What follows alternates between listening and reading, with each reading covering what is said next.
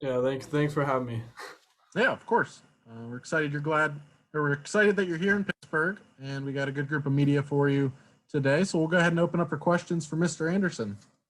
Trey, I'm interested in your recruitment. I don't think Pitt gets a lot of guys from Utah. And the last time they played Utah, Alex Smith was the quarterback.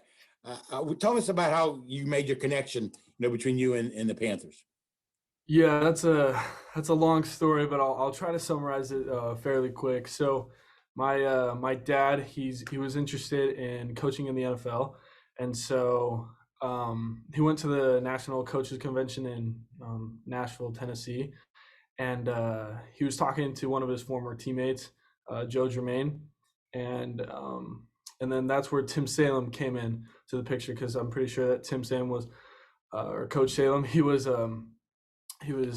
Joe Germain's quarterbacks coach or something like that.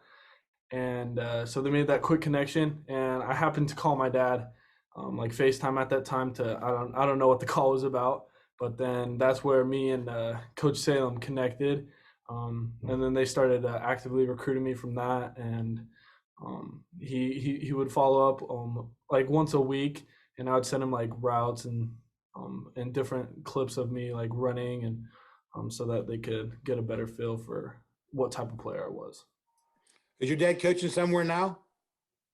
No, so that got put on hold when the COVID pandemic started. Trey, you were committed to BYU in 2019, and now you're signing with Pitt in 2021. So kind of talk us through these past 2 years. What have you been up to, and what have you been doing? Yeah, so I was able to serve a mission for my church, and we could get called all over the world, and I got called to Fresno, California. And basically, what we do there is to serve the community, talk to people about God, and kind of just bring light into the world, just help people on that path. So that's what I was doing for the last year and a half. How were you able to stay in shape football wise? So they gave us an hour a day to work out, and so during that time, I brought cones and a ladder and a jump rope and football and gloves and all the whole deal, and I was able to run routes, do footwork, speed drills. As far as the weights, we weren't able to access that after like right after I started my mission. That's when the pandemic started, so we weren't able to go to the gyms because they were closed. Do you have any interesting connections or any interesting stories from your mission? Maybe something you weren't expecting? Maybe some kid you might have helped? Yeah, so there is a lot of people that we met on my mission. A lot of really, really great people. I guess an interesting one is that some people would there's this guy, his name was Miles, and we went up into the mountains because I served in Yosemite National Park. I served in that area, you know where that's at. And he stopped us. He like stopped our car, and we pulled off to the side. And he said that he's like, "I need help." And we're like, "Well, what do you need help with?" We thought it was something like physical that we could help with, but he's like, I'm trying to find God." And that was just a really cool experience that I had personally, to be able to like teach him more about you know like how to come closer to God, and different aspects of that. So that was a pretty cool experience that we had. Did you sit down with him in several different sessions, or how often did you connect with this guy?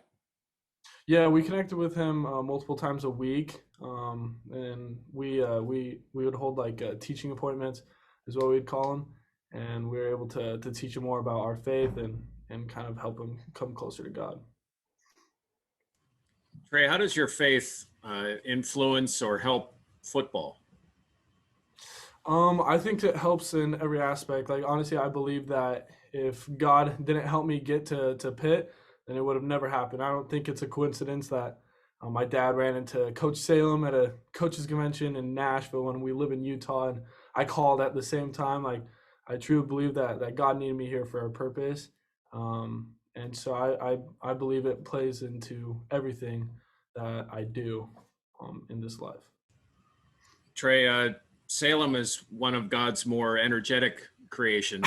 What's it like? Yeah. What's it like being recruited by him?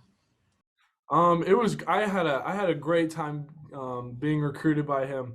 He would always send me like these graphics, these pictures of Pitt, told me all these like cool facts so that I can kind of get a visual before I came to Pitt. Because I mean, obviously, I've never been on the East Coast because I've been on Utah. I mean, I have lived here before, but I was like when I was younger and I didn't remember. But he gave me more of like a visual to what I would expect to come here, so it was a lot more comfortable transition coming here and going to school and playing football for him. Trey, how did you make the transition from tight end to offensive line, or I guess making that transition kind of as we, as we go along here in the winter and in the spring? Yeah, so they kind of right now the coaching staff they have me learning both positions, tight end and O line, and so they haven't made an official statement of like what I am. I believe that we're gonna go through spring ball and kind of identify like where I fit best. Obviously, the weight factor, I need to start gaining weight if I'm going to be playing offensive tackle. So they want to put that on me organically and naturally rather than just shoving all that bad weight on me. So I feel like after we get a feel after spring ball in the fall, then they'll be able to see where I best fit. Where are you at right now? So I'm at 240, 247 last time I weighed in.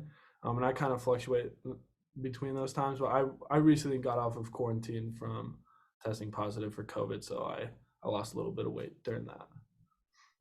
During you mentioned with gyms closing out, and when you were out in your mission, and what you brought with you in terms of the rope and football and gloves and all that kind of stuff. I mean, when the gyms closed, what were you able to do if anything? So we had dumbbells in our apartments and stuff. We had a 50-pound dumbbell and a 35-pound dumbbell, and I was able to do. I got very comfortable with with all the dumbbell workouts. So that's really all we had.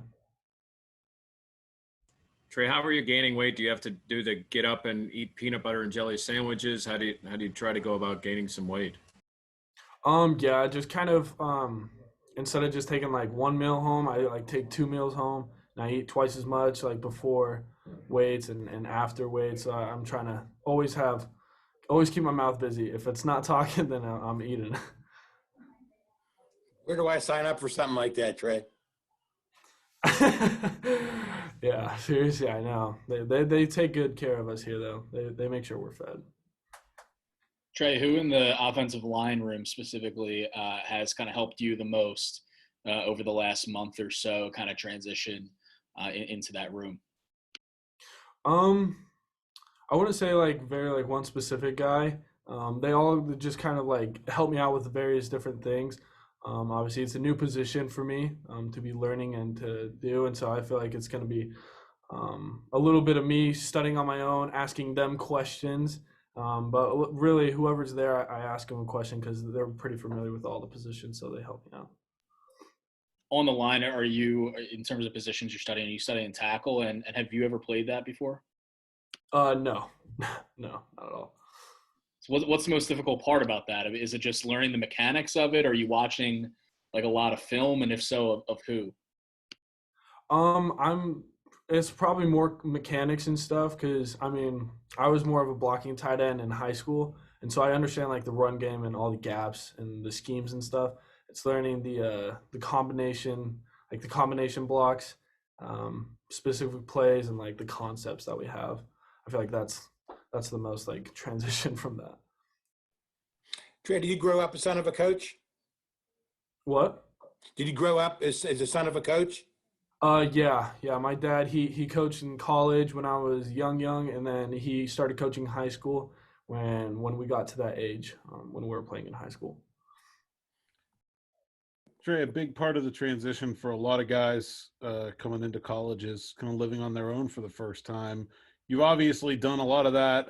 Do you find yourself being kind of a leader of this group of youngsters that's coming in here when it comes to maybe not football, but like doing laundry and some of the other things that guys learn about the first time they leave home?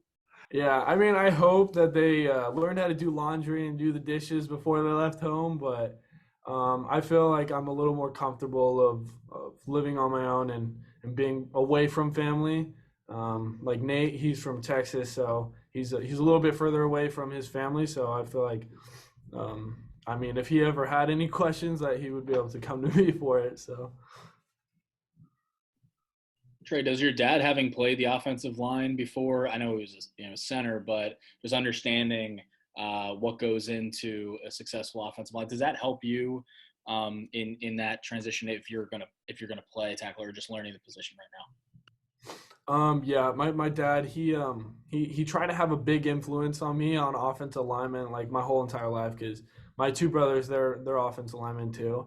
I just kind of I grew up more than out, and so I he always made sure that I was good at blocking, so that he takes care of his offensive line skills and applies it to me.